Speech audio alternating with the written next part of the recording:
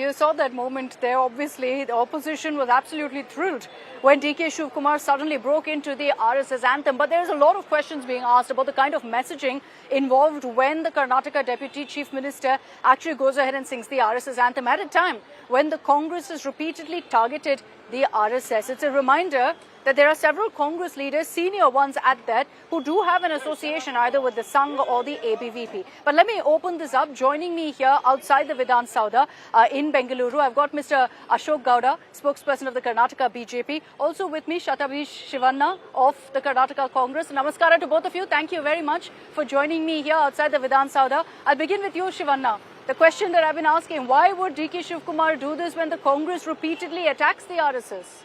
Why not? You know, when I sing washing powder Nirma, doesn't mean I'm a consumer of Nirma. And you know, this only reflects DK Shivkumar ji's political acumen, not his political commitment. He's a man who is a stalwart of the Karnataka Congress. His blood is Congress. His soul is Congress. He's a troubleshooter of the Congress party in Karnataka. Right? There's no qualms about that. And as the old saying goes, what do you say? Keep your friends close, but your enemies closer. Are you suggesting that he's doing this to keep the RSS close? No, you need to know who your opposition is. You need to know who your enemies are. Knowing you them need is one thing, no, Shivanna. You're singing the anthem. You're propagating what they stand for. See, it was all just banter.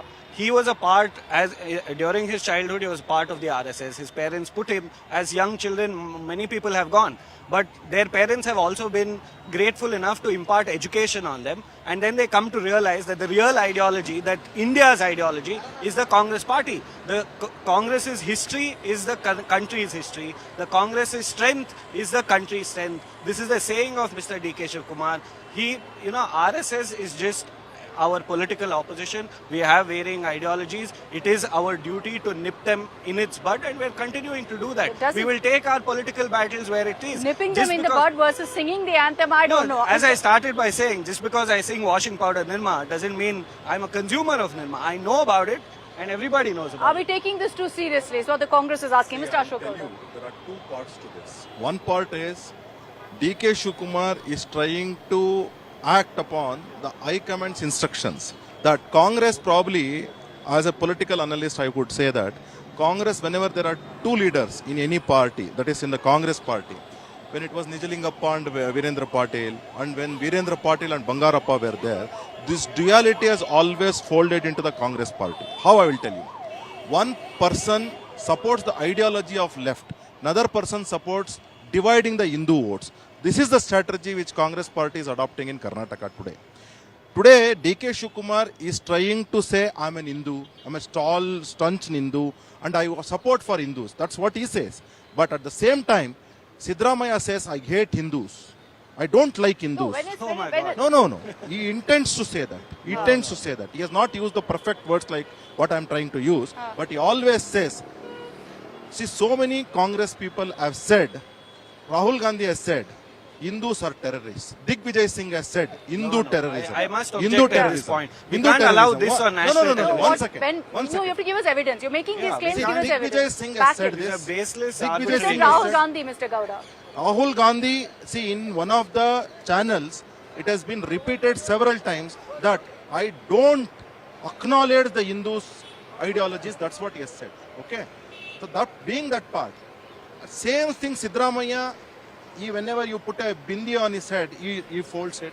And he says, what is wrong in going and eating meat and going to a temple? This is all against the Hindu ideologies and Hindu beliefs. One part. Second part is, there is another person called DK Shivkumar who says, there is a conspiracy behind Dharmasthala temple and I am a stalwart, I am a staunch Hindu. That's what he says. So that means that there is a duality in Congress which they fold and just to divide Hindu votes only for winning an election. This we have seen in 2021-22. But he was part of the RSS. Agreed.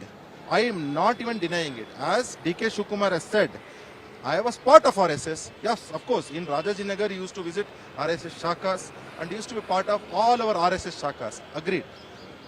I am not saying that. That's what the second part is. Second part is, now I want to ask Rahul Gandhi that when you say somebody criticized, Rajanna criticized you. Rajanna criticized Rahul Gandhi. Almost criticized. So he was thrown out of the party.